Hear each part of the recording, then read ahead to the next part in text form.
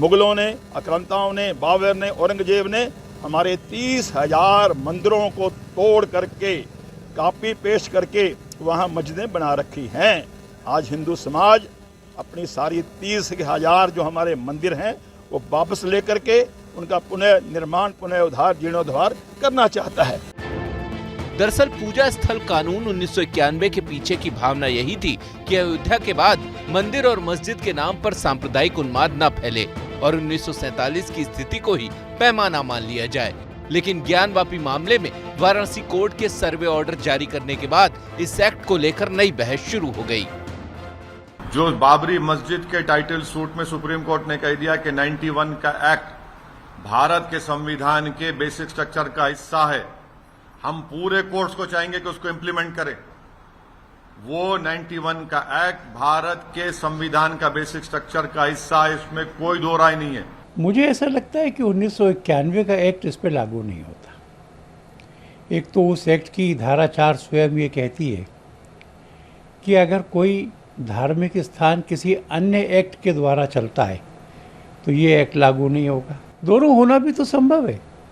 हिंदू पक्ष की दलील है कि चाहे ज्ञानवापी का मामला हो या फिर मथुरा की शाही ईदगाह का, इसमें पूजा स्थल एक्ट लागू नहीं होता क्योंकि इन दोनों ही जगहों में 15 अगस्त 1947 को मंदिर का धार्मिक स्वरूप नहीं बदला, जबकि मुस्लिम पक्ष इससे इत्तेफाक नहीं रखता।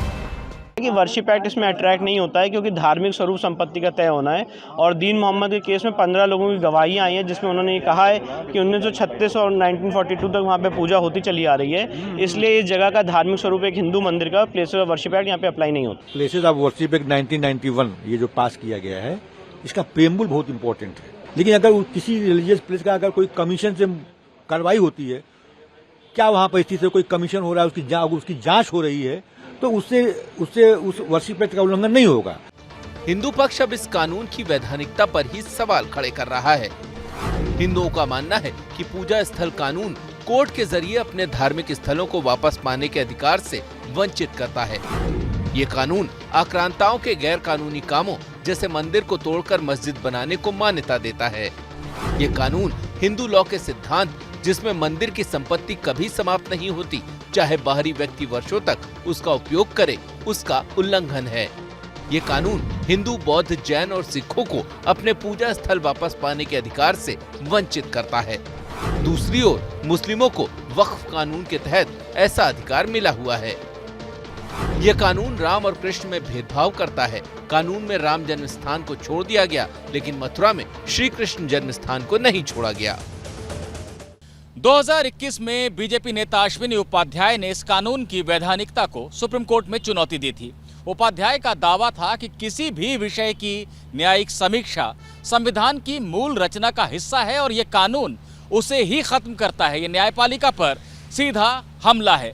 लोकतंत्र में विवादों का निपटारा कोर्ट के जरिए नहीं होगा तो लोकतंत्र ही खत्म हो जाएगा।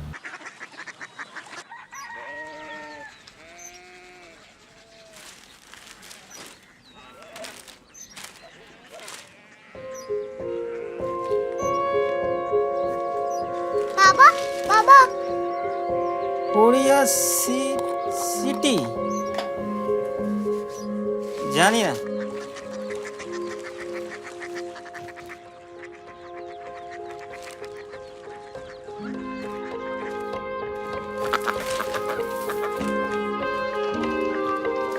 कोरिया सिटी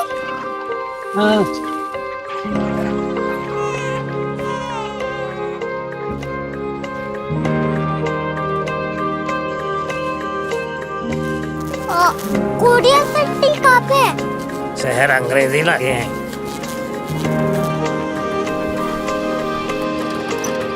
कोरिया सिटी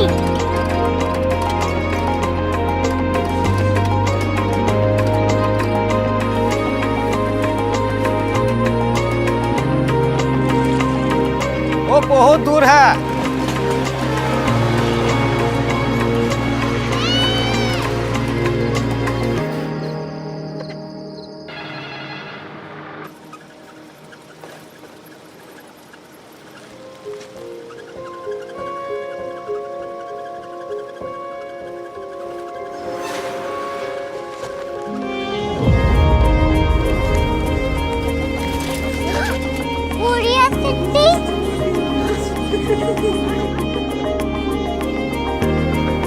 दुनिया कुछ लोग बड़े होते हैं। कोरिया सिटी कहाँ है? प्रोफेसर साहब को पता होगा। हो, ये छोटा वाला ग्लोब लगता है और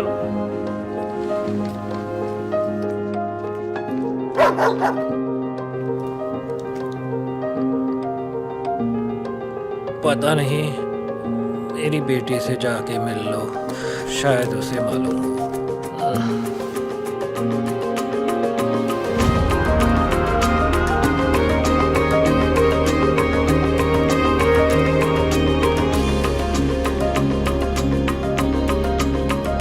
हाय, बाबा ने भेजा है। Come here. Korea city. Korea city नहीं, क्यूरियोसिटी। वो क्या? That's what brought you here? जो तुम्हें यहाँ तक ले आया। क्यूरियोसिटी।